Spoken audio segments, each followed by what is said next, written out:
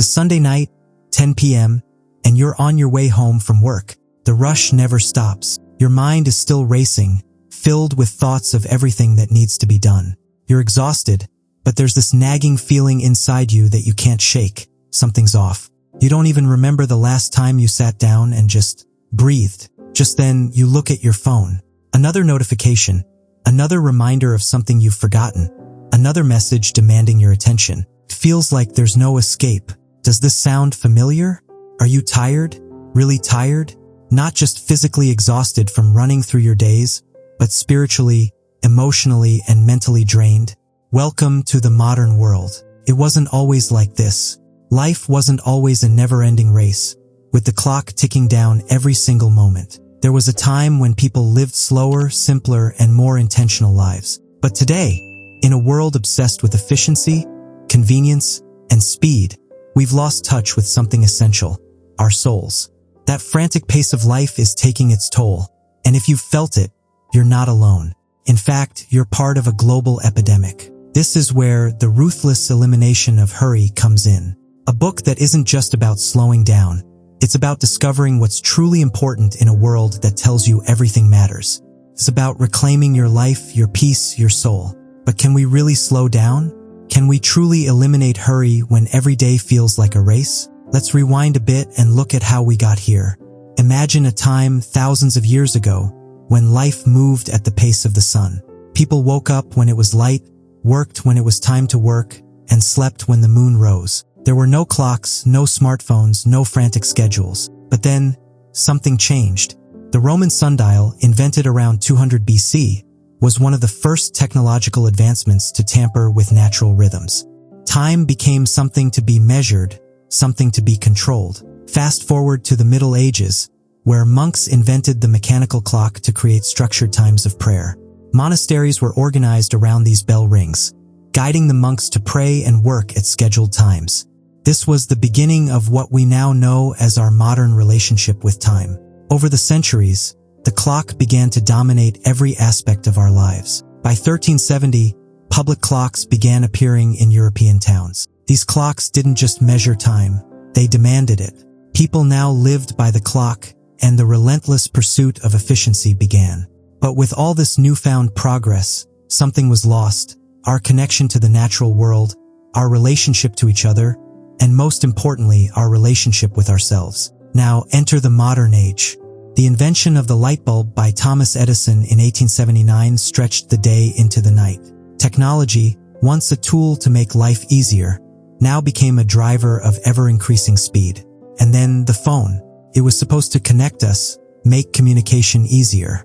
But in reality, it did the opposite. It became a leash, constantly tugging us to check, respond, and stay connected, whether we wanted to or not. And now, we've reached the pinnacle of speed and convenience. We have our entire lives in the palm of our hands, ready to be streamed, tweeted, posted, and consumed. But in the quest to be everywhere and do everything, we've become spiritually malnourished. There's a deep sickness in the air, an illness that can't be cured by another app or a fancy time management technique. It's hurry sickness, a chronic state of anxiety and rushed feelings that permeate our everyday lives. And it's killing us. John Mark Comer, the author of The Ruthless Elimination of Hurry, understood this better than most. As a young pastor in Portland, he was caught in the very same whirlwind we all know too well. He found himself working longer hours, pushing himself harder, and squeezing in more meetings, more events, more tasks, until he was burnt out. He didn't just feel tired, he felt spiritually empty. And it wasn't just him. He could see it happening to everyone around him. The church he pastored was growing exponentially, but as it grew, he grew more disconnected. His marriage was strained, his children distant, and his relationship with God? Well, that was nearly non-existent. That's when a moment of clarity hit. One night, after a particularly draining day, he had an epiphany. If he continued at this pace, he would lose everything that truly mattered: his health, his family, his soul. So he made a decision, a hard one. He was going to slow down, to take a step back from the frantic pace of life and rediscover what it meant to live a life that honored both God and his own soul. That journey led him to write The Ruthless Elimination of Hurry, a book that challenges the very way we approach our time and our lives. The central theme of the book is simple yet radical.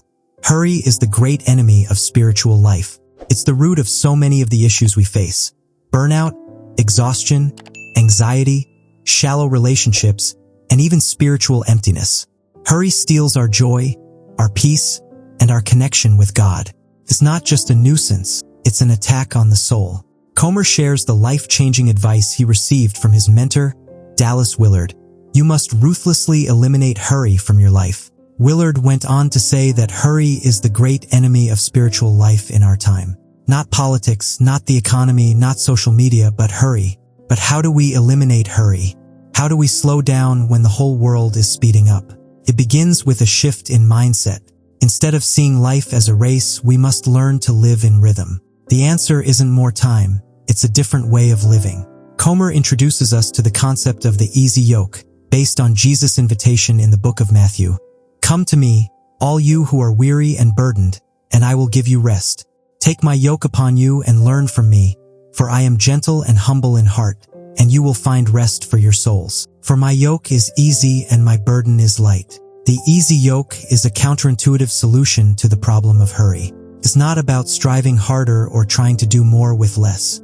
It's about coming under the teaching and rhythm of Jesus, who invites us to slow down, to take a deep breath, and to live life at a pace that nurtures our souls. So, what does this life look like?